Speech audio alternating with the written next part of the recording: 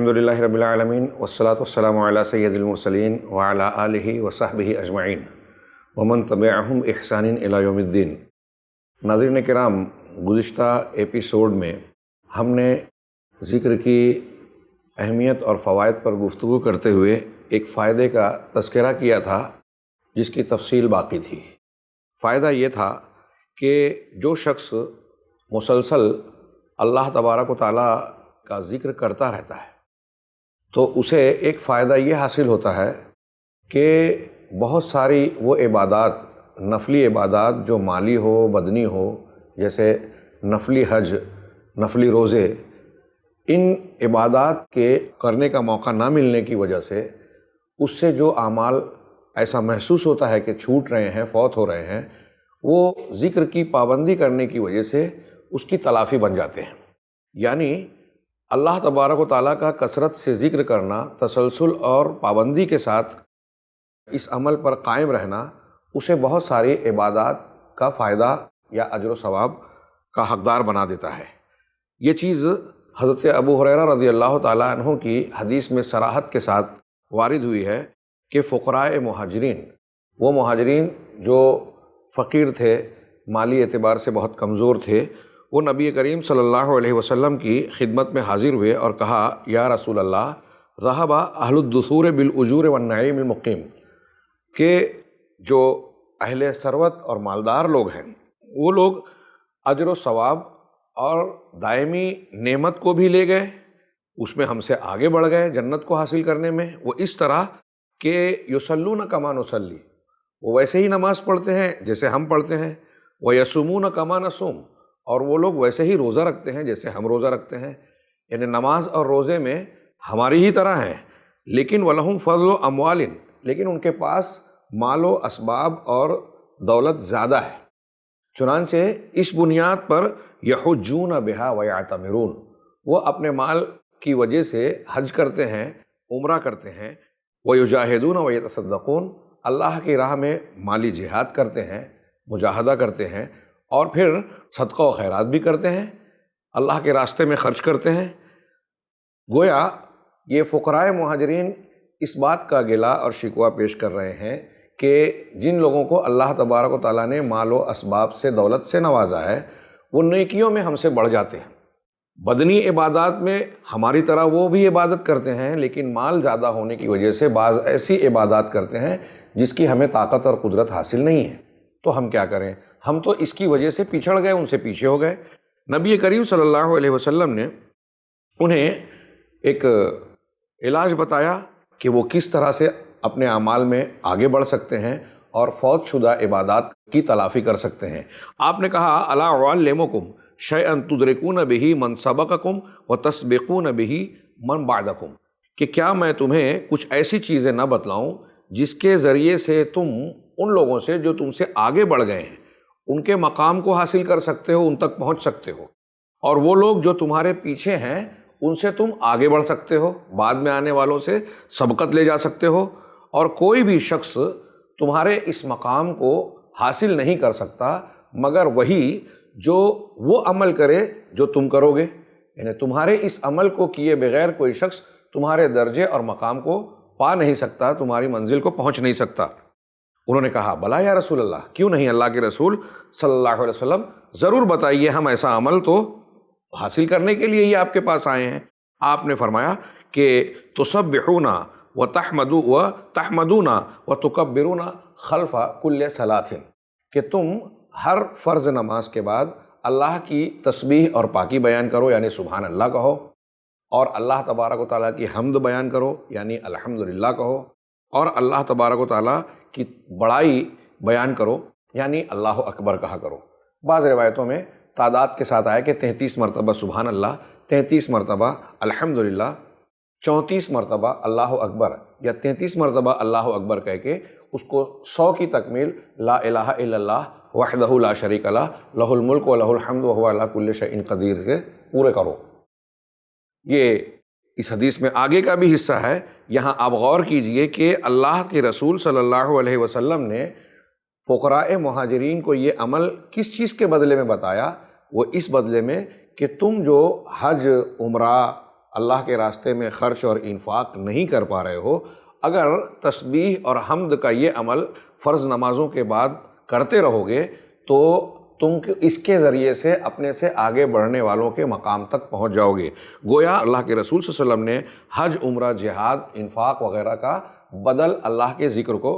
قرار دیا۔ یہاں یہ بات بھی ملحوظ رہے کہ جن حدیثوں میں اللہ کے ذکر کو سب سے افضل عمل قرار دیا ہے، اس کا یہ مطلب ہرگز نہیں ہے کہ اس کے مقابلے میں حج، عمرہ یا اللہ کے راستے میں خرچ کرنے کی اہمیت نہیں ہے۔ نہیں، وہ کسی بھی طریقے سے دور اور نزدیک سے ان کی اہمیت و افادیت کم نہیں ہوتی۔ ان نیکیوں کا، عبادات کا اپنی جگہ مقام ہے، ان کے زبردست اجر و ثواب ہے، لیکن یہاں یہ بتانا مقصود ہے کہ تمام عبادات میں اللہ کے ذکر کی ایک عظیم حیثیت اور شان ہے۔ ایک افضل عمل میں اس کو اللہ کے نبی صلی اللہ علیہ وسلم نے قرار دیا اور یہ بتایا کہ جو شخص اللہ کا ذکر خوب کرتا ہے وہ دوسروں سے سبقت کر جاتا ہے۔ لیکن مسئلہ یہ ہوا کہ جب فقراء مہاجرین نے یہ بات پیش کی اور اللہ کے رسول صلی اللہ علیہ وسلم نے انہیں سبقت کرنے کا یہ نسخہ بتایا کہ اللہ کا ذکر ہر فرض نماز کے بعد اس طرح کریں، تو اہل دثور یعنی مالدار صحابہ کرام نے جب یہ بات سنی تو انہوں نے بھی اس نسخے پر عمل شروع کر دیا۔ چنانچہ جہاں انہوں نے صدقہ و خیرات اور مالی عبادات میں سبقت لے جا رکھی تھی، ساتھ ہی ساتھ ان فقراء کے ساتھ وہ بھی اللہ کی تسبیح، حمد اور تہلیل اور تکبیر وغیرہ بیان کرنے لگے، تو انہوں نے گویا یہ دونوں فضیلتیں حاصل کر لی۔ تب فقراء مہاجرین پھر رسول اللہ صلی اللہ علیہ وسلم کی خدمت میں حاضر ہوئے اور انہوں نے بتایا اللہ کے نبی صلی اللہ علیہ وسلم کو کہ یا رسول اللہ، یہ آپ نے جو ہمیں نسخہ بتایا تھا اس پر تو ان لوگوں نے بھی عمل شروع کر دیا اور وہ بھی ہمارے ساتھ اجر میں شریک ہو گئے جن کو اللہ تبارک و تعالیٰ نے دولت دے رکھی ہے۔ تب اللہ کے نبی صلی اللہ علیہ وسلم نے بتایا کہ یہ وہ چیزیں ہیں جس پر انسان کی قدرت نہیں ہے، اللہ تبارک و تعالیٰ نے جن کو جس چیز کی صلاحیت اور قوت عطا فرمائی ہے وہ اس میں آگے بڑھتا ہے۔ اللہ کے رسول نے فرمایا ذالک فضل اللہ یؤتیہ من یشاء، یہ اللہ کا فضل ہے، اللہ جسے چاہتا ہے عطا فرماتا ہے۔ اسی طریقے سے حضرت عبداللہ ابن بسر کی مشہور حدیث ہے جسے امام ترمذی، امام ابن ماجہ اور امام حاکم وغیرہ نے نقل کیا ہے کہ ایک دیہاتی شخص اللہ کے رسول صلی اللہ علیہ وسلم کے پاس آیا اور اس نے آپ کو خطاب کر کے کہا کہ ان شرائع الاسلام قد کثرت علیہ، کہ اللہ کے رسول اسلام کے احکامات اور اعمال جو ہیں وہ مجھ پر بہت زیادہ ہیں، فاخبرنی بشیء اتشبث بہ، تو مجھے کوئی ایسی چیز بتائیے کہ جس کے ذریعے سے میں ان چیزوں کو، ان احکامات کو اچھی طرح مضبوطی سے پکڑ لوں اور ان پر آسانی سے عمل کر سکوں۔ اللہ کے نبی صلی اللہ علیہ وسلم نے ارشاد فرمایا لا یزال لسانک رطبا من ذکر اللہ، کہ تمہاری زبان برابر اللہ کے ذکر سے تر رہے، تم یہ عمل کرو، یعنی تمہارا عمل یہ ہونا چاہیے کہ مسلسل اللہ تبارک و تعالیٰ کے ذکر سے اپنی زبان کو تر اور مشغول رکھو۔ اللہ کے نبی صلی اللہ علیہ وسلم جو پوری امت کے خیر خواہ تھے اور آپ سے بڑھ کر کوئی بھلائی چاہنے والا ہو نہیں سکتا، آپ نے ایک ایسا نسخہ اور ایسی چیز بتائی پوچھنے والے صحابی کو جس کے ذریعے سے اسلام کے احکامات کو سیکھنا، ان پر عمل کرنا آسان ہو جاتا ہے، اس میں آدمی خوب آگے بڑھ سکتا ہے، کیونکہ جو شخص اللہ تبارک و تعالیٰ کے ذکر کو اپنی عادت اور اپنا شعار و شیوا بنا لے گا، اس کو ظاہر سی بات ہے کہ اس کے دل میں اللہ کی محبت گھر کر جائے گی، اور جس کے دل میں اللہ کی محبت گھر کر جائے گی اس کے نزدیک اللہ تبارک و تعالیٰ کی ذات، اللہ تبارک و تعالیٰ کی خوشنودی دوسری تمام چیزوں کے مقابلے میں زیادہ محبوب ہو جائے گی، اور اللہ کو جو چیز پسند ہے یہ اللہ کا ذکر کرنے والے انسان کو بھی وہی چیز پسند ہو جائے گی۔ جس چیز سے اللہ تبارک و تعالیٰ نفرت کرتا ہے، ناپسند فرماتا ہے، یہ اللہ کا ذکر کرنے والا انسان بھی اس سے نفرت اور ناپسندیدگی کرنے لگے گا۔ چنانچہ جو اللہ تعالیٰ کی شریعت کے احکامات ہیں، جب بندہ یہ دیکھے گا کہ یہ اللہ کا حکم ہے، اللہ تبارک و تعالیٰ ان چیزوں کو کرنا پسند کرتا ہے، تو یہ کام اس کے لیے اللہ سے محبت اور اللہ کے ذکر کی بنیاد پر آسان ہو جائے گی، اور اس طرح سے اللہ تبارک و تعالیٰ کا ذکر کرنا اس کے لیے شریعت اور شرعی احکامات پر عمل کرنے میں معین، مددگار ثابت ہوتا ہے، اور ایسا شخص بڑے سے بڑے عمل کو، مشکل سے مشکل عمل کو، جس کے کرنے میں دوسروں کو مشقت اور بوجھ محسوس ہوتا ہے، اللہ کا خوب ذکر کرنے والا، جس کی زبان اللہ کے ذکر سے تر ہو، اس کے لیے یہ مشکل کام آسان ہو جاتے ہیں۔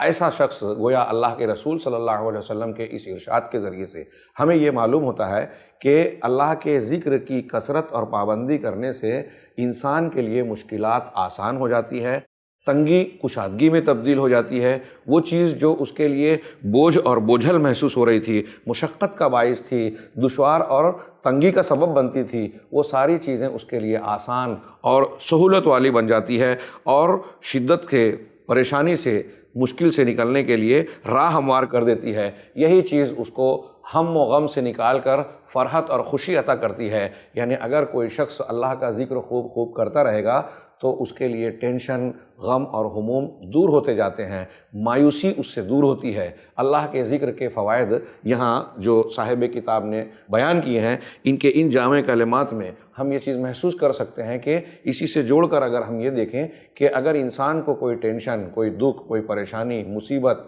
فکر لاحق ہوئی ہے تو اللہ تبارک و تعالیٰ کا خوب ذکر کرنے سے اس کا یہ ٹینشن، غم و اندوہ دور ہوتا ہے۔ جیسا کہ اس سے پہلے گزرا کہ اللہ کے ذکر سے دلوں کو اطمینان حاصل ہوتا ہے، تو ٹینشن، تکلیف، پریشانیاں دور ہوتی ہیں، اور اسی سے مایوسی بھی دور ہوتی ہے۔ کئی مقام پر انسان زندگی کے نشیب و فراز سے دوچار ہونے کے بعد مایوسی کا شکار ہو جاتا ہے، اس کا دل بیٹھ جاتا ہے۔ لیکن ایک بندہ اگر اللہ تبارک و تعالیٰ کا ذکر کرتا رہتا ہے تو اس سے ایمان کی تجدید ہوتی ہے، اس کے دل کو حوصلہ ملتا ہے، اس کا دل اور روح زندگی پاتی ہے، اور اس کی بنیاد پر اس کے اندر قوت، ہمت اور حوصلہ آتا ہے جو بڑے سے بڑی مصیبتوں کا سامنا کرنے کے لیے اسے تیار کرتا ہے، اس کے اندر صبر اور شکر کا مادہ بھی مضبوط کرتا ہے اور مشکلات کو اس کے لیے آسان کرتا ہے۔ ایسا شخص جو اللہ تبارک و تعالیٰ کا ذکر خوب کثرت سے کرتا ہے، وہ زندگی کے مسائل سے یا زندگی کی مشکلات سے مایوس ہو کر کبھی ناکامیابی کے راستے پر نہیں چلتا اور اپنے آپ کو ہلاکت یا خودکشی کی طرف نہیں دھکیلتا۔ اللہ تبارک و تعالیٰ سے دعا ہے ہمیں جو ہے اپنے اسماء و صفات کے ذریعے سے سوال کرنے اور دعا کرنے اور خوب اس کا ذکر کرنے کی توفیق عطا فرمائے، اور اس کے ذریعے سے پروردگار ہمیں خوب ذکر کرنے والے بندوں میں شامل فرمائے، اور اپنی رحمت کے ذریعے سے ان لوگوں میں سے ہمیں نہ بنا دے جو اس کے ذکر سے غفلت برتنے والے اور اعراض کرنے والے ہیں۔ یقیناً اللہ تبارک و تعالیٰ ہر چیز پر قادر ہے، وہو الموفق۔ یہ صاحب کتاب نے اللہ تبارک و تعالیٰ کے ذکر کے بعض فوائد کا علامہ ابن قیم رحمہ اللہ کی کتاب الوابل الصیب کے حوالے سے جو تذکرہ فرمایا تھا، ان کا بیان ہوا۔ جیسا کہ میں نے عرض کیا تھا کہ فوائد تو بہت سارے ہیں، لیکن یہ چند ایک فوائد کا یہاں تذکرہ کیا گیا، اور اگر کوئی شخص ایمانداری سے غور کرتے ہوئے ان فوائد میں سے کسی ایک یا دو پر بھی غور کر لے۔ ناظرین کرام، یہ چند فوائد تھے جسے شیخ عبدالرزاق نے علامہ ابن قیم رحمہ اللہ کے حوالے سے بیان کیا، اور جیسا کہ یہ بات بھی گزر چکی کہ انہوں نے ارشاد فرمایا کہ ذکر کے 100 سے زیادہ فائدے ہیں، اور انہوں نے 70 سے زیادہ کا تذکرہ کیا۔ یہاں ہم نے اس سے بھی کچھ کم کو بیان کیا ہے۔ اگرچہ ہم نے چند فوائد کا تذکرہ کیا، لیکن کوئی مومن بندہ اگر ان فوائد میں سے کسی ایک یا دو پر بھی غور کرے تو یہ ایک دو فائدہ بھی اسے اس بات پر اکسانے اور ابھارنے کے لیے کافی ہوں گے کہ وہ اپنے شب و روز کے زیادہ سے زیادہ اوقات اور لمحات کو اللہ کے ذکر میں مشغول رکھے، کیونکہ جو شخص اللہ کا ذکر کرتا ہے وہ بہت سے فوائد، اجر و ثواب اور بڑے بڑے اجر و ثواب سے ہمکنار ہوگا، اور جو شخص غفلت اور نسیان کا شکار ہوتا ہے وہ اپنے آپ کو ان فوائد اور اجر و ثواب سے محروم کرتا ہے، نقصان اٹھاتا ہے۔ ان فوائد کے ضمن میں صاحب کتاب نے یہ تذکرہ کیا کہ یوں تو اللہ کے ذکر کے فوائد کو کوئی زبان بیان نہیں کر سکتی، کوئی شخص اس کا احاطہ نہیں کر سکتا، اور اس اطاعت کے مقام کو حقیقت میں سمجھا اور سمجھایا نہیں جا سکتا۔ اس کے پھل بہت زبردست ہیں، اجر و ثواب کا اندازہ نہیں لگایا جا سکتا۔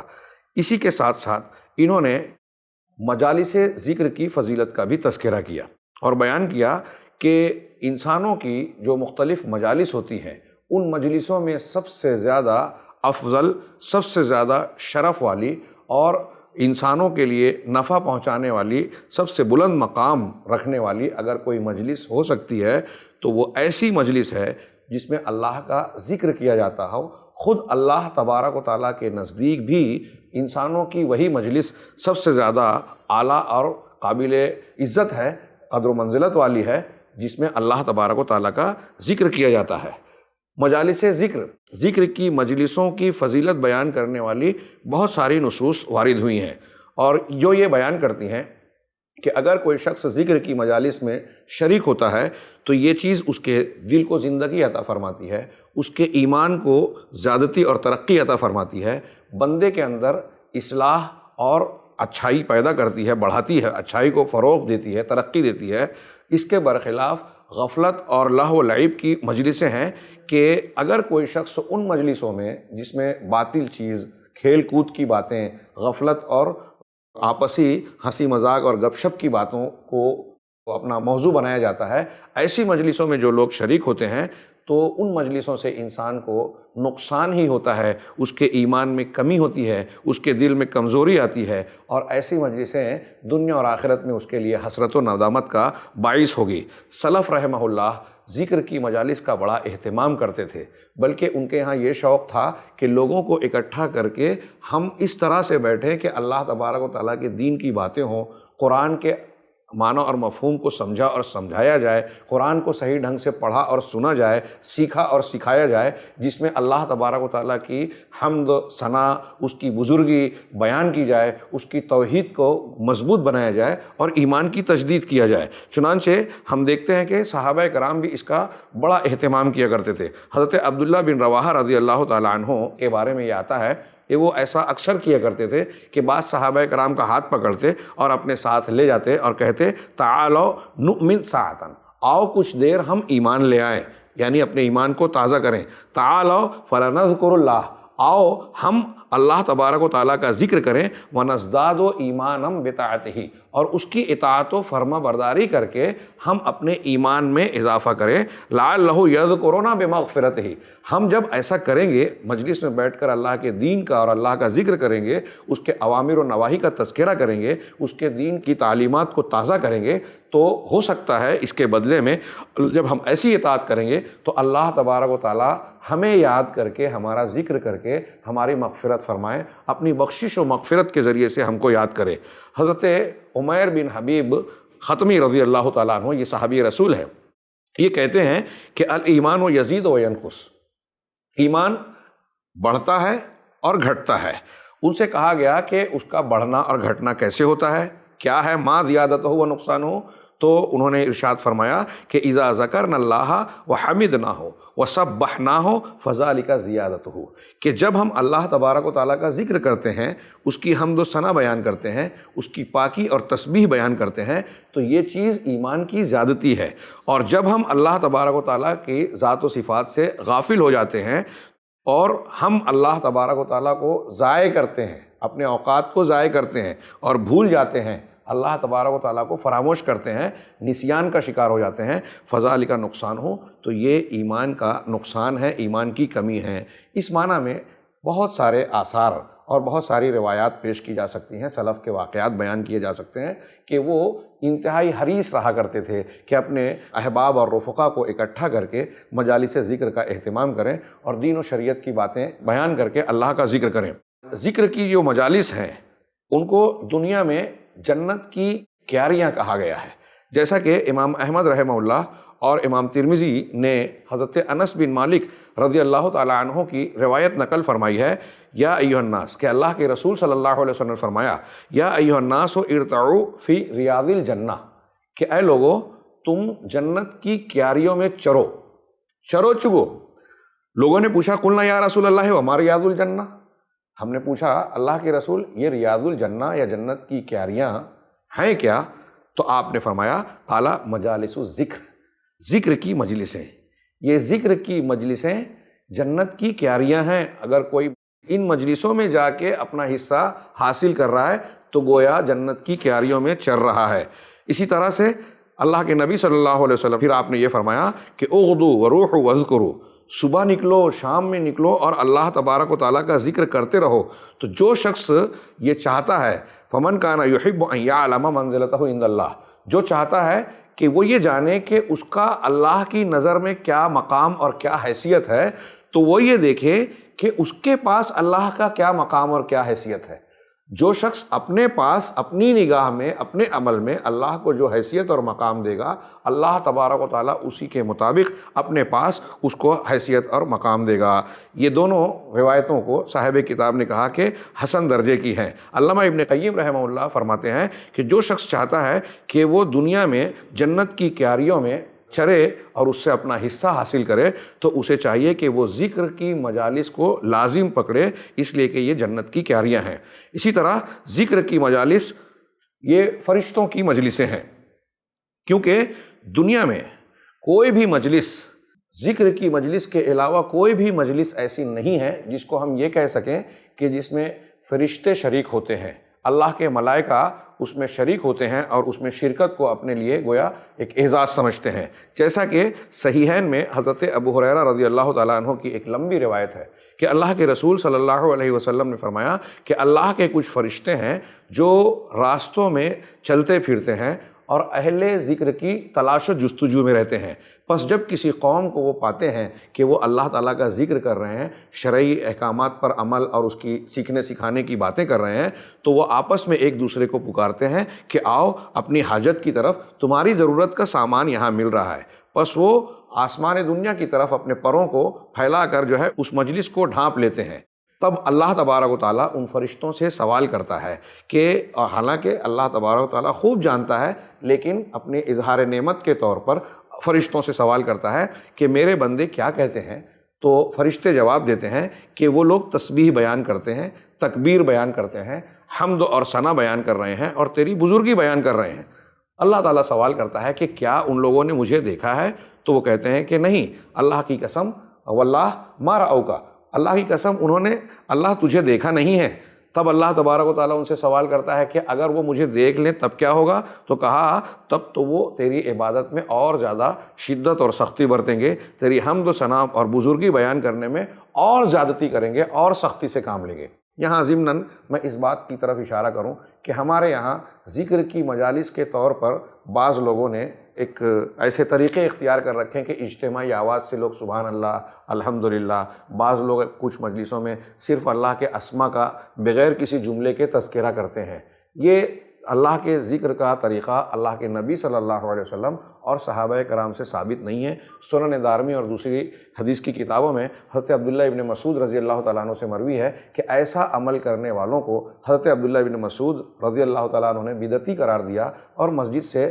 نکل جانے کے لیے کہا، اور یہ بات خاص صاف طور سے کہی کہ ابھی اللہ کے رسول صلی اللہ علیہ وسلم کے سامان اور آپ کے صحابہ موجود ہیں اور تم نے دین میں یہ نئی چیز اختیار کر لی، کیا تم اللہ کے رسول کے صحابہ سے فضیلت میں بڑھ گئے؟ گویا جس عمل پر حضرت عبداللہ ابن مسعود نے نکیر کی تھی وہ اس طریقہ کار پر نکیر کی تھی، اس کا انکار کیا تھا، ورنہ سبحان اللہ، الحمدللہ اور اللہ تبارک و تعالیٰ کے ذکر کی فضیلت تو بہت سارے نصوص سے ثابت ہے۔ چنانچہ یہاں جس مجلس کا تذکرہ ہو رہا ہے یہ اس طریقے کی مجلس نہیں ہے جس کی فضیلت بیان ہو رہی ہے جیسا کہ آج ہمارے یہاں کچھ لوگوں نے اختیار کر رکھا ہے۔ اور یہ جو میں بات بیان کر رہا ہوں یہ آگے ایک دوسری روایت حضرت امیر معاویہ رضی اللہ تعالیٰ عنہ سے بھی ہے، جس میں انہوں نے مجالس ذکر کا تذکرہ کرتے ہوئے اللہ کے رسول صلی اللہ علیہ وسلم کی تعریف کا ذکر کیا اور اس میں تذکرہ کیا کہ صحابہ کرام اس لیے جمع ہوئے کہ اللہ کا ذکر کریں، اور اللہ تبارک و تعالیٰ نے اسلام کی جو نعمت عطا فرمائی ہے، جو ہدایت دی ہے، اس ہدایت سے متعلق جو ہے وہ اللہ تبارک و تعالیٰ کی حمد و ثنا بیان کریں۔ ظاہر سی بات ہے کہ یہ تعلیم تعلم سیکھنے سکھانے سے متعلق بات ہوگی۔ یہ روایت جو ہم لوگ پڑھ رہے تھے یہ ابھی ادھوری ہے، اس میں پھر اللہ تبارک و تعالیٰ کا یہ تذکرہ ہے کہ پھر اللہ نے فرشتوں سے سوال کیا کہ وہ مانگ کیا رہے ہیں؟ فرشتے کہتے ہیں کہ جنت۔ کہا کیا دیکھا ہے؟ کہا نہیں دیکھا، اگر دیکھ لیں تو کہا اس کی تڑپ اور اس کی حصول کے لیے اور زیادہ محنت اور کوشش کریں گے۔ پھر اللہ تعالیٰ سوال کرتا ہے کہ وہ کس چیز سے پناہ مانگ رہے ہیں؟ تو فرشتے جواب دیتے ہیں کہ وہ جہنم سے تیری پناہ چاہتے ہیں، جہنم سے بچنا چاہتے ہیں۔ کہا کیا انہوں نے جہنم کو دیکھا ہے؟ کہا نہیں۔ کہا اگر دیکھ لیتے تو کہا اور زیادہ سختی اور شدت سے اس سے بچنے کی تجھ سے دعا کرتے۔ تب اللہ تبارک و تعالیٰ کہا کہ میں تم کو گواہ بناتا ہوں، انی قد غفرت لہم، میں نے ان کو معاف کر دیا۔ تو فرشتوں میں سے ایک فرشتہ کہتا ہے کہ ان میں تو فلاں شخص بھی ہے جو ان میں سے نہیں ہے، ان کے جیسا نہیں ہے، تو اللہ تعالیٰ جواب دیتا ہے کہ ہم الجلساء، وہ آپس میں ایک دوسرے کے ساتھی اور ہم نشین ہیں، ایسے ساتھی ہیں کہ ان میں کا کوئی ساتھی ان کا محروم نہیں کیا جا سکتا، بدبختی کا شکار نہیں ہو سکتا۔ یہ بخاری اور مسلم کی حدیث ہے۔ انشاءاللہ اس کلام کا اگلے ایپیسوڈ میں ہم سلسلہ جاری رکھیں گے۔ یہاں ہمارا وقت ختم ہوتا ہے۔ میں آپ حضرات سے آج کی نشست اور آج کی مجلس میں میں اجازت لیتا ہوں۔ اللہ تبارک و تعالیٰ سے دعا ہے کہ وہ ہمیں اپنے ذکر کے مقام اور مرتبے کو سمجھنے کی توفیق عطا فرمائے اور ہمیں حسب توفیق اس کے فضائل اور فوائد کو حاصل کرنے والا بنائے۔ وآخر دعوانا الحمدللہ رب العالمین۔ ایسے ہی اور ویڈیوز بنانے میں ہماری مدد کریں۔